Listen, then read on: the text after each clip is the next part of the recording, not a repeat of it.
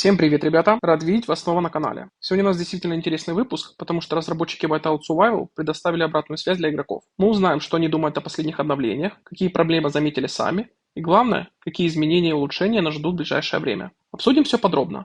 От мелких правок баланса до глобальных планов на будущее. Разберем, где разработчики согласны с мнением игроков, а где решили пойти своим путем. Так что устраивайтесь поудобнее, наливайте себе что-нибудь теплое. Впереди много интересного. Ну и конечно же поставьте лайк под этим видео за мои труды, чтобы я видел, что вам нравится такой формат видео. Ну что, поехали смотреть, что нового приготовили разработчики Whiteout Survival. Периодически администрация нашей игры просматривает вопросы и предложения игроков, и самые интересные идеи воплощает в жизнь. Я, честно говоря, довольно-таки редко отправляю какие-то пожелания, но есть люди, которым действительно нравится тратить время на разработку идей для улучшения игры. Единственное, что я люблю делать, это уточнять информацию для создания роликов. Но в любом случае вы должны понимать, что у каждого из вас есть возможность внести свои предложения. Кстати, в этом меню вы можете посмотреть историю трат своих алмазов. Если вы не знали об этой функции, с вас лайк. А вот в разделе «Поддержка» можно перейти в подраздел «Предложения» и отправить свою идею непосредственно администраторам игры. На основе этих идей администрация примерно раз в пару месяцев публикует посты в Инстаграме, Фейсбуке и Дискорде игры, где отбирают лучшие предложения по мнению самих игроков и обещают воплотить их в жизнь. Сразу скажу, такие изменения появляются только после официального анонса, но пункты, которые мы сейчас с вами обсудим, с вероятностью 99% будут добавлены в одном из следующих обновлений. А теперь давайте перейдем к обсуждению изменений, которые нас ожидают в будущем. Первое обновление у нас будет связано с походами в тундре. Не знаю, как у вас, но лично у меня всегда одна и та же проблема. Я постоянно откладываю эти походы, потому что они занимают слишком много времени. Плюс сам интерфейс мероприятия не особо напоминает о том, что пора проходить походы, даже когда накапливается большое количество энергии. Оповещение появляется только тогда, когда энергия накопилась уже до 100, и вам показывается уведомление в правом нижнем углу экрана, что необходимо заняться походами. Теперь администрация планирует ускорить автопрохождение походов, и это действительно крутая новость. Так будет намного проще и быстрее закрывать этот раздел. Надеюсь, изменения добавят уже в ближайшем обновлении. А вы тоже часто забываете проходить походы? Напишите об этом в комментариях. Помимо этого, администрация займется изменением системы оповещений, связанных с экспертами. Теперь нам будут приходить уведомления, когда завершается обучение навыка эксперта, а также в моменты, когда 2 раза в день 8 и 16 по ЮТС начисляется дополнительные 10 припасов. Надеюсь, это уведомление будет по такому же формату, как и приходит нам с Патриком. Кроме того, появятся индикаторы прогресса обучения экспертов. И я лично очень рад появлению уведомления о завершении обучения. Теперь можно будет сразу запускать новое исследование. Я, например, всегда забываю проверять академию и вовремя включать изучение следующего навыка эксперта. За это обновление я ставлю большой плюс администрации. Хотя, если честно, это было очевидно, что рано или поздно они все-таки ведут эту опцию. Следующая опция связана с появлением функции обозначения отношений между альянсами. Теперь можно будет различать, какой альянс является вражеским, а какой состоит в союзе. Вы же знаете, что на серверах обычно действуют правила о ненападении, например, между условными первыми 5 альянсами, а на ранних этапах игры даже между топ-10 альянсами. Эта функция создается в первую очередь для дипломатии руководителей альянсов, но и обычным игрокам она будет полезна. Если на карте появится красная метка, значит этот альянс вражеский, и вы можете атаковать его ресурсные плитки или города. Да,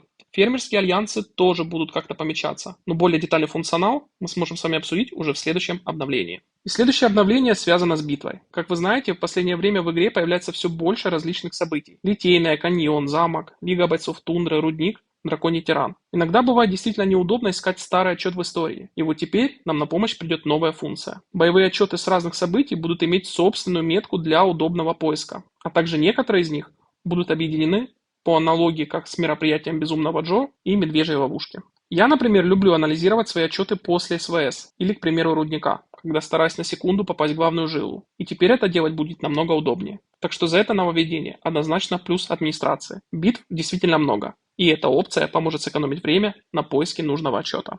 А вот следующее обновление, которое нас ждет, я считаю одним из самых важных, особенно для игроков, которые только начали свой игровой путь. Как вы все знаете, у нас есть магазин «Сделки дня», где можно выбрать героя из предыдущих поколений и совершить покупку. На деле эта опция не особо выгодная. В основном ее используют киты. Я сейчас нахожусь в 10-м поколении, и в этом магазине мне выпадает герой из 10-го поколения, а также можно выбрать героев из 8-го и 9-х поколений.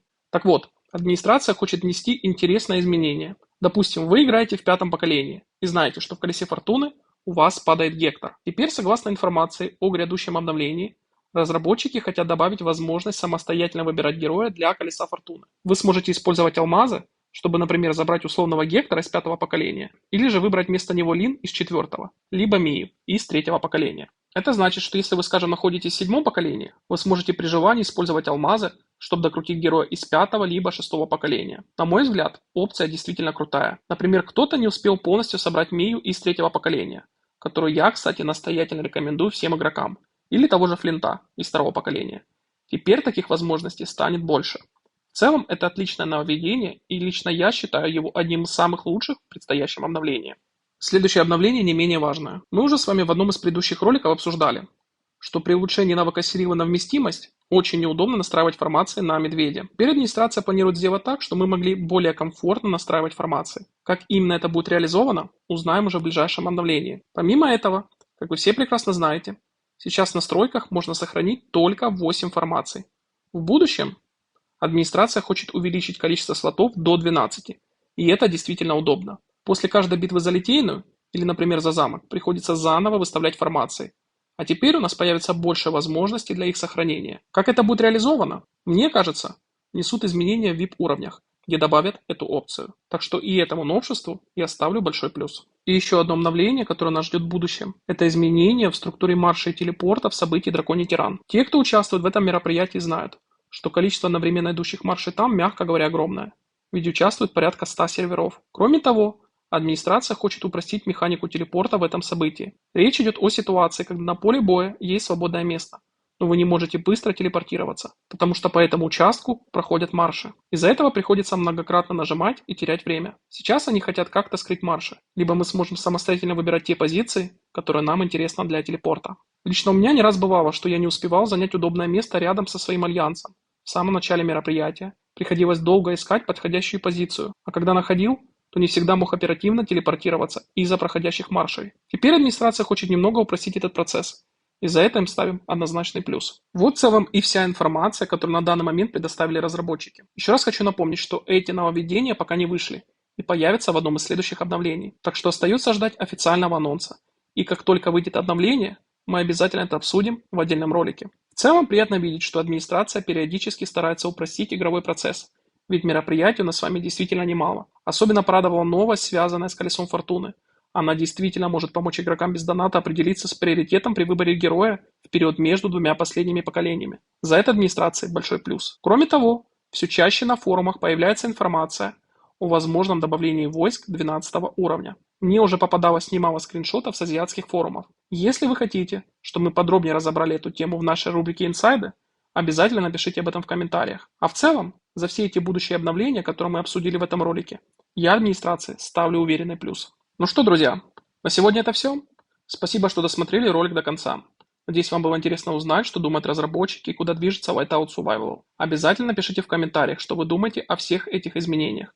Согласны ли вы с решением разработчиков или нет? Мне важно услышать ваше мнение. И, конечно же, поставьте лайк этому видео. И не забывайте подписываться на канал, чтобы не пропустить новые разборы и новости.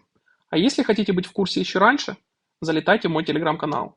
Там я часто делюсь инсайдами, публикую подарочные сертификаты от администрации, обсуждаем обновления и просто общаемся в более ламповой атмосфере. Ссылка, как всегда, в описании под видео. А на сегодня все, ребята.